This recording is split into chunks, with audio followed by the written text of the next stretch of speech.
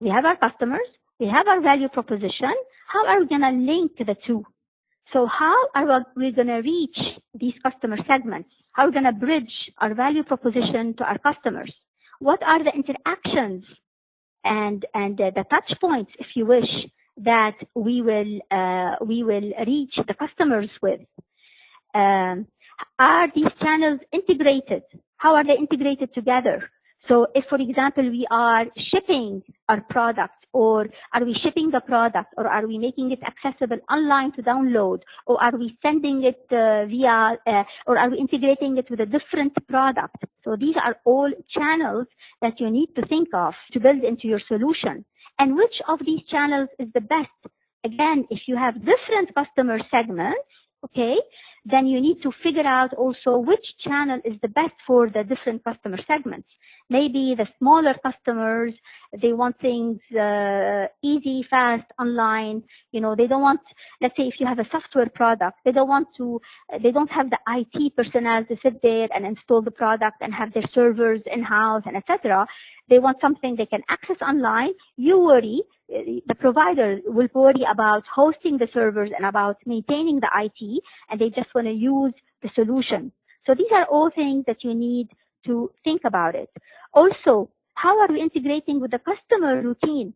So again, we are always looking at the customer, because the customer is the end user of your product, and the customer is the person or the entity that will make or break your product, if you wish. So some of the channel phases that we have is awareness. Okay, so how do we raise awareness about our company's products and services? So you need to make people aware of your product and services, either via your website or via social media or via direct interaction, direct mailings. Evaluation. So how do we help customers evaluate our organization's value proposition? Many vendors allow customers a trial period.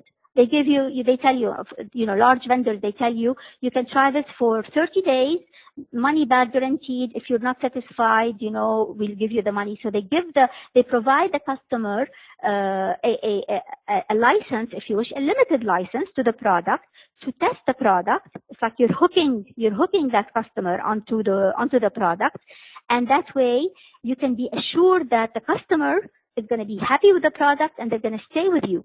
Okay? And purchase. So how do we allow customers to purchase specific products and services? In which means, by which ways? Can they just go online and purchase it? Is it a direct sales? Is it something that is driven by your sales team? Do you have to put a lot of marketing and sales in it? Delivery. Again, we talk about delivery. So how do we deliver this value proposition to our customers? And after sales. Very, very important. Many companies fail because they cannot maintain an after-sale relationship with their customers. They sell the product and they're out the door. The customer doesn't see them anymore. Of course, the customer is not going to buy from them again, and they're not going to refer them to other customers. So after-sales is very important, because this is where you build your customer relationship. Next area of the business model, the external part of our business model, is the customer relationships. So what are the relationships that you are establishing within each segment? Okay, so how are you doing these relationships? Are they personal? Are they automated? Are they retentive, acquisitive? So how are you doing this? Are you waiting for the customer to call you, or are you calling the customer? Are you opening up social media channels to build the relationship with the customer? Are you doing visits? Again, not all relationships apply to everybody, because some relationships won't work. It depends on the product, it depends on the market, on the customer segment.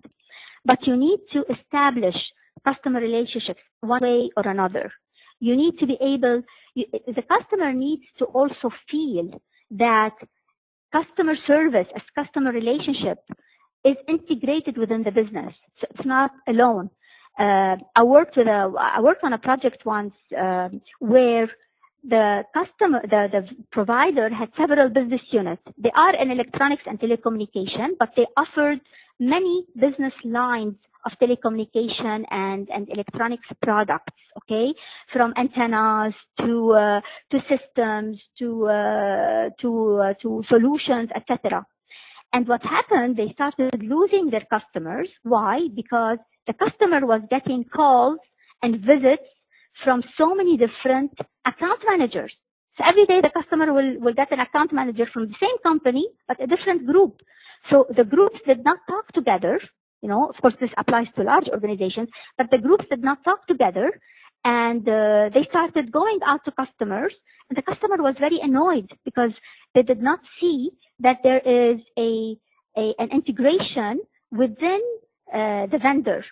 And they said, listen, I want to talk to one person only. I want the person to understand my needs and my requirements, and that person will be able to bring me all the solutions together. So integration and presentation of these solutions is also very important. So again, customer relationships, we all know that they can be a personal assistant. So I can personally talk to the customer. Maybe you have account managers dedicated to customers. And also sometimes you have VIP customers where you dedicate personal assistants. If you go to the bank today, you go to the teller window, okay? If you go inside your bank, you're going to be talking to different people every time, correct? But if you are a large customer with the bank, a VIP customer, you know, of a certain status, you're going to have one officer at the bank who's always in touch with you, who's taking care of you. So this applies to VIP customers. Self-service is another way. Again, it depends on your customer base, on your customer segment, on the type of product. You could be offering self-service to your customers, either online or by phone or through different communication and media channels. Automated services, similar to self-service, you know. I can do my bank transactions online. Sometimes I don't even speak to my officer unless there's something new that I need to get in touch with them. But I do all my transfers, my transactions, online on my own. Communities. So you can create blogs like Mahmoud now earlier. He shared with us a blog. So you can create blogs to share ideas and to be available and accessible via social media. And co-creation. Co-creation is also very important because this is where you involve your customer into the creation of new features to your products. In some past roles, I used to run what we called a customer advisory committee. And I used to do product management, and the customer advisory committee, we met 4 or 5 times a year. Of course, I selected large customers, but I met with them 4 or 5 times a year in workshops and gained from them new features, ideas for new features. And they were my test bed, if you wish. So I ran by them some new features. They would tell me whether these new features would be valid for their market or not, for their type of business or not. And this is where I could exchange these ideas with the customers, with some customers before launching the product into the mass, if you wish.